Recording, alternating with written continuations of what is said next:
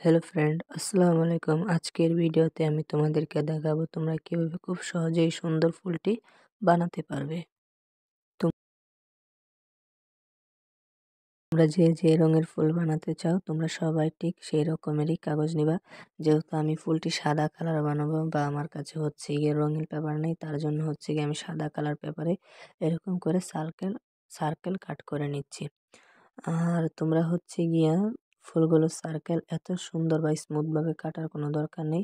একটু এবড়ো তেবড়ো হলে কি হবে, ফুলগুলোর পাপড়িগুলো দেখতে আর একটু রিয়েলিস্টিক মনে হবে। তো দেখ, আমি সুন্দর করে অনেকগুলো সার্কেল কেটে নিচ্ছি। এবার দেখছি মাপ দিয়ে গেলে এর মধ্যে কিরকম হয়তো ভালো হয়েছে দেখা যাচ্ছে। তোমরা একটু প্রয়োজন মতো কেটে নিও। আমি প্রয়োজনের তুলনায় অনেক বেশি কেটে ফেলেছি। দেখা যাচ্ছিল যে আমি একটা ফুলের জন্য না কেটে প্রায় 2টা ফুলের জন্য কেটে ফেলেছিলাম। আমি যদি বানাতে পারতাম আমার সার্কেলগুলো দিয়ে আমি 2টা ফুলই বানাতে পারতাম। তো আমি গ্লাসের মধ্যে রেখে সুন্দর করে ফেভিকল আঠা দিয়ে সব কয়টা পাপড়ি জোড়া লাগিয়ে দিচ্ছি, ভিডিওতে যেভাবে দেখতে পারছো। আর তোমরা ফেভিকল আঠার জায়গায় অন্য আটা ব্যবহার করতে পারো, কিন্তু খেয়াল রাখবে আটাগুলো যেন সুন্দরভাবে পরে পাপড়িগুলো যাতে না ছুটে যায়। দেখো, একটার পর একটা লাগাতে লাগাতে তলাটা যখন ফুলফিল হয়ে যাবে তখন কি করবা, আর লাগাতে হবে না। তো আমার কাছে বেশি ছিল তাই গুঁড়ার নিচে আরো কয়েকটা লাগিয়ে নেওয়ার পর দেখো আমার ফুলের ফাইনাল লুক কিরকম হয়েছে।